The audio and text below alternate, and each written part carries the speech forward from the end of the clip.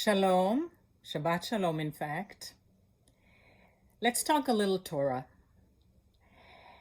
So today we reach the end of the book of Leviticus, the book of Vayikra, and we come to today's portion, which is one of those doubles. It's Behar Bechukotai, and those doubles happen a few times a year. There's a reason for it, and that's because we have a lunar calendar with an extra month shoved in once every 3 or 4 years, which means we have 4 extra weeks for which we need portions. So what our wise rabbis have done long ago is during all those years when there is no leap year, we have doubles that get pulled apart when we have the leap year and need extra portions. So this is a non-leap year, and so we have one of those doubles, Behar Bechukotai, and it is very, very rich in wonderful subjects and things to think about and to learn from. And so I thought we'd focus maybe on 2 of those. And so the most dramatic, of course, is what we call the tochecha. It's the rebuke. It's in the Bechukotai version where we get rebuked big time. I remember studying it as a child in Jerusalem when I was still living there. And at the time, I remember they told us this portion is whispered when it's read in synagogue because it's so harsh and so graphic. Now, I don't remember ever hearing it being whispered. Maybe it was. I don't ever remember hearing it whispered as such. But I remember that I was kind of bowled over by the harshness of it all. And it's a list of terrible things that are going to happen to us if we don't follow God's rules and God's mitzvot. And I remember even then thinking, wow, these are really bad things. And yet I know, everybody knows, that bad things can happen to good people as well.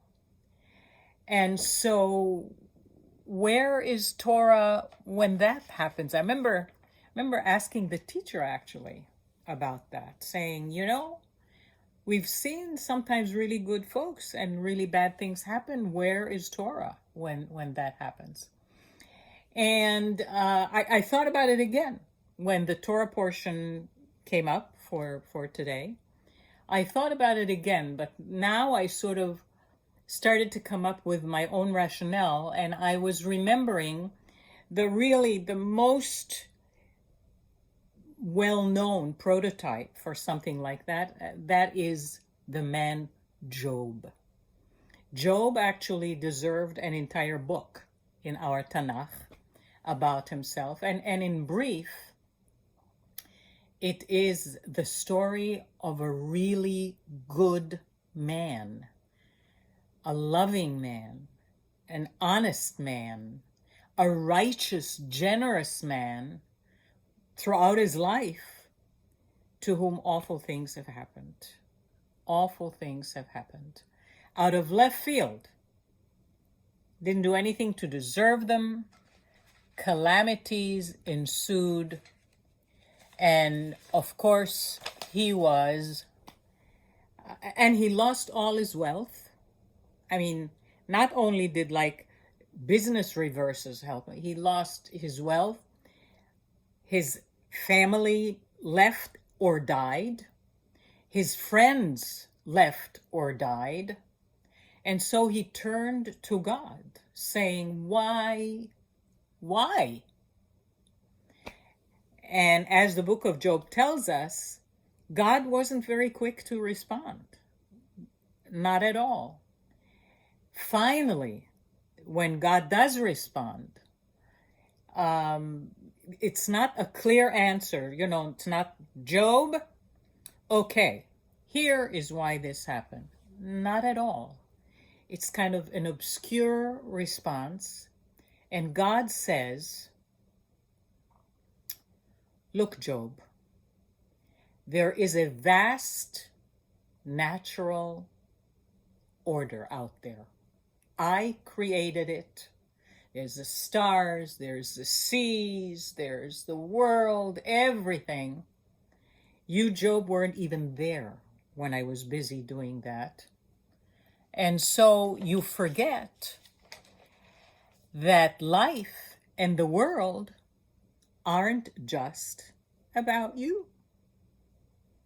There is a big picture, a big world.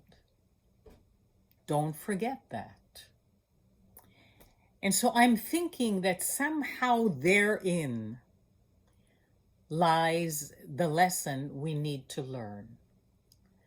When we feel rebuked, when we suffer, when we had unexpected bad things happen, we are somehow very ego-natured because that's the center. The society in which we live is built that way. You know, cities, everything is for the people. Buildings for us, beautiful offices, trains for our convenience, cars, planes.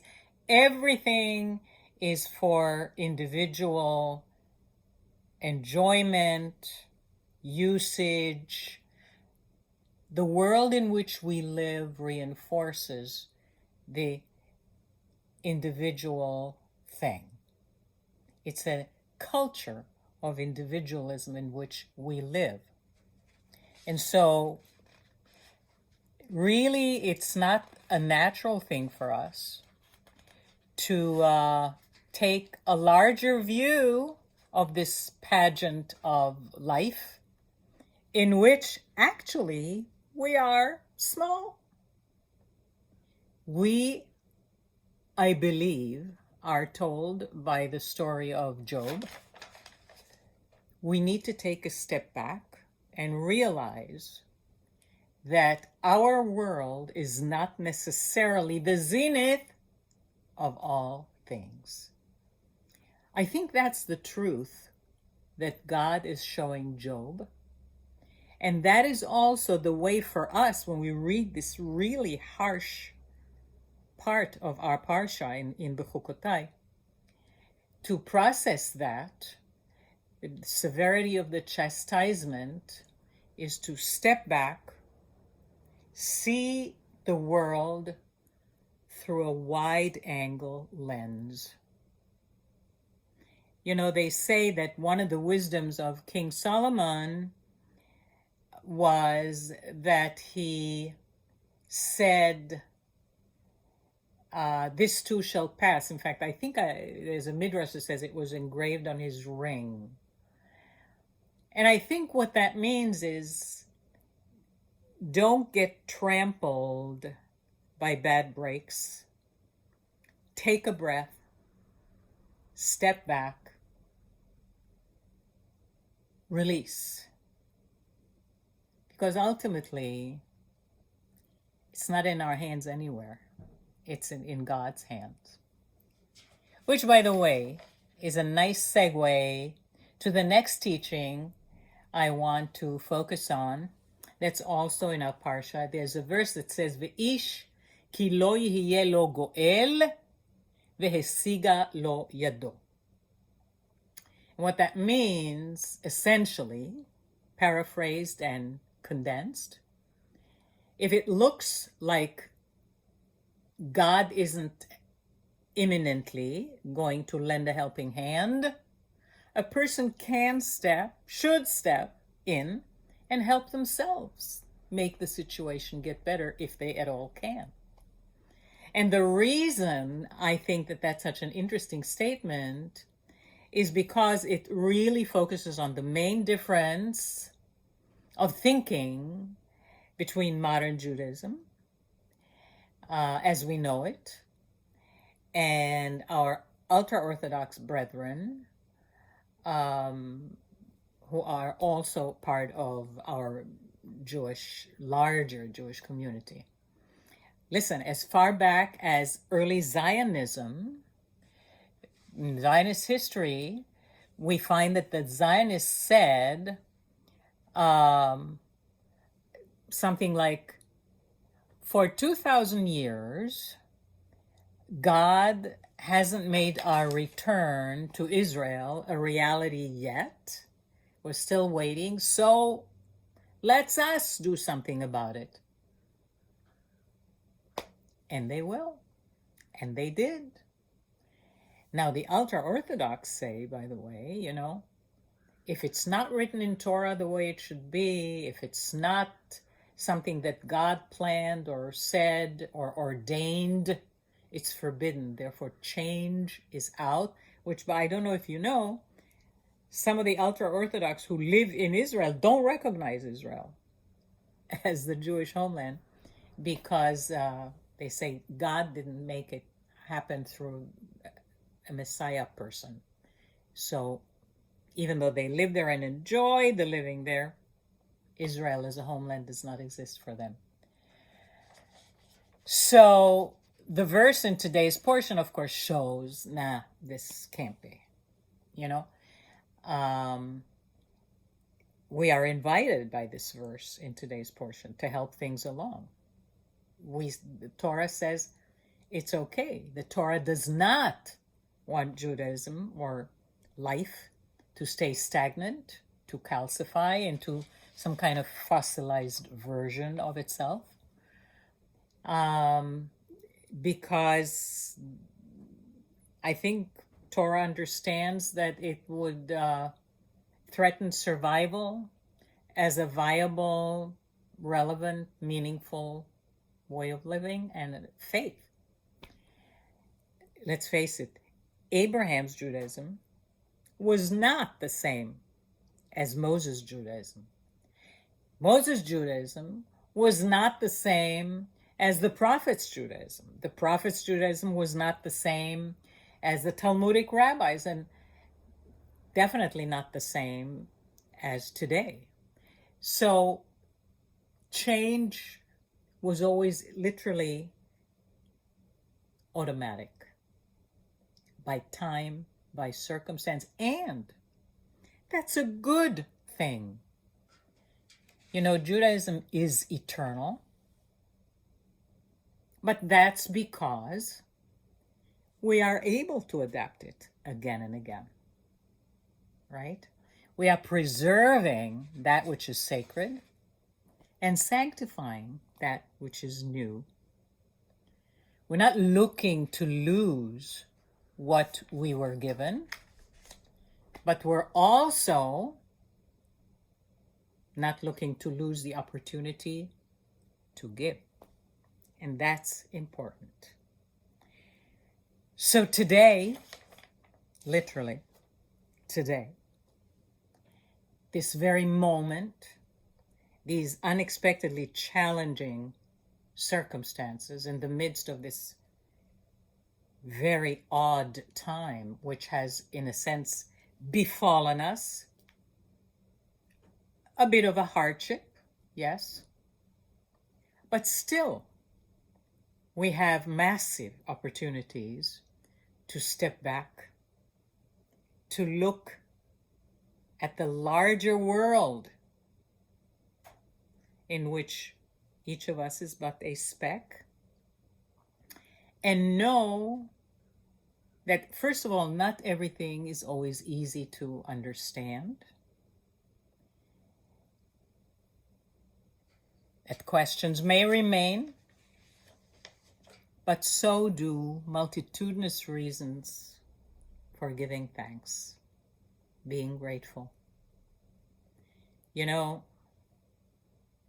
Our souls are not quarantined. They aren't. They never will be. They can soar to the highest heights, and they soak in all manner of divine magic, sharing along the way with the other souls that are soaring up there, sharing this unusual yet extraordinary journey with us.